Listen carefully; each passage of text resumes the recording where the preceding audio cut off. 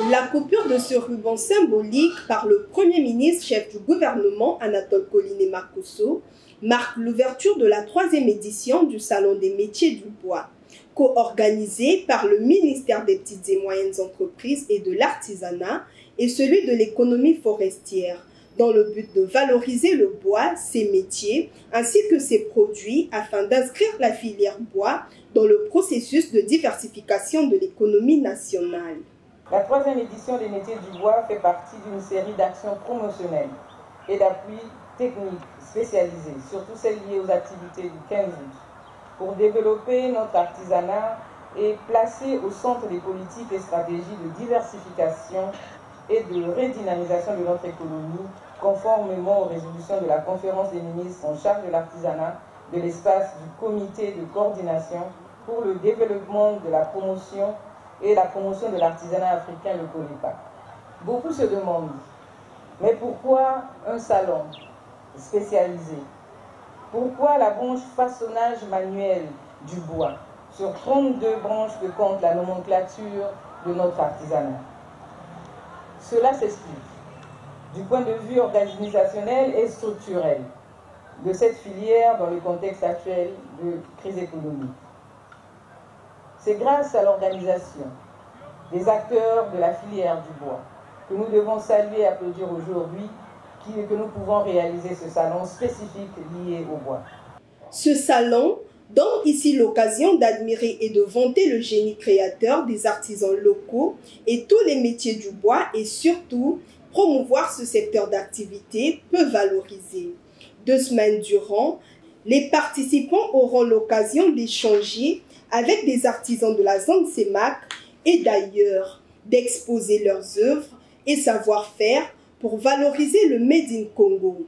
Une opportunité de booster le tourisme à travers ses créations originales, liant culture et créativité.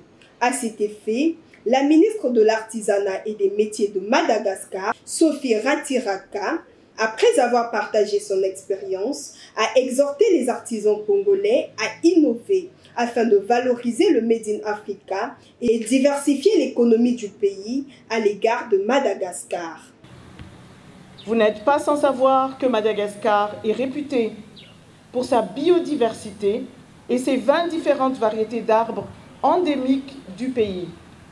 De ce fait, nos artisans jouent un rôle important dans la préservation de notre patrimoine culturel à travers leurs œuvres qui reflètent l'identité des Malgaches. C'est pourquoi, à Madagascar, les métiers du bois sont une source de fierté et d'opportunités qui boostent le tourisme, car les visiteurs sont attirés par les créations originales, esthétiques ou usuelles. Mais les matières premières viennent également à manquer. Alors nous essayons de reboiser et de gérer au mieux nos ressources en bois. Nous luttons contre la déforestation, nous investissons dans la formation et la sensibilisation des populations, car c'est en préservant nos arbres et en soutenant nos artisans, tout en adoptant des pratiques durables, que nous pourrons assurer un avenir florissant au métier du bois à Madagascar, et ceci est valable partout ailleurs.